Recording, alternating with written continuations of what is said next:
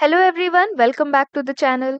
Today, I will explain the removal of judges in India, a crucial topic in Indian polity and constitutional law.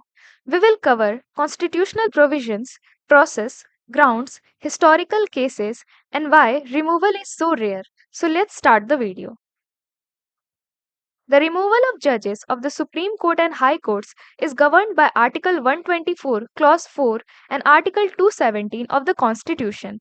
These articles ensures that judges cannot be removed easily, preserving the independence of the judiciary.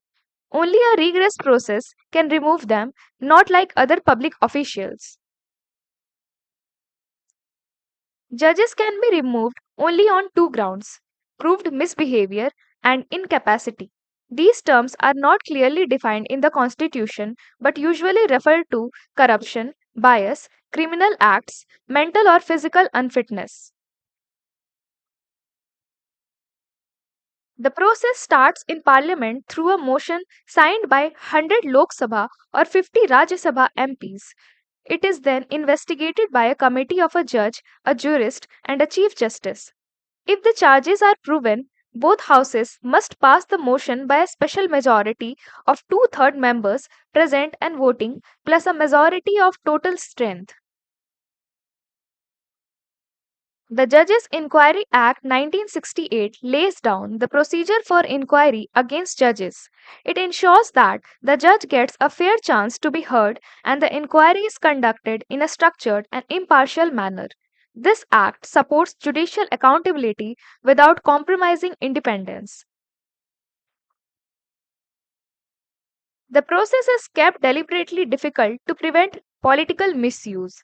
This ensures that judges can make free and fair decisions even if it goes against the government. But it also makes removal rare and nearly impossible even in serious cases.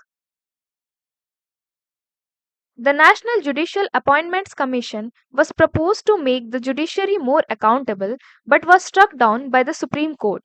Critics argue that the current system makes it too hard to remove corrupt judges. So, the debate continues: independence versus accountability.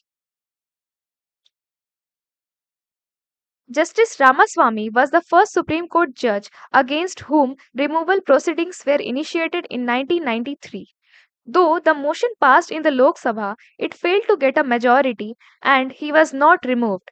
This case showed how politics can interfere in the process.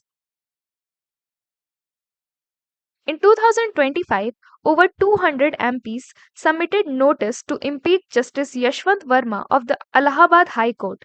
It followed the discovery of 1 rupees 500 notes at his Delhi home in March.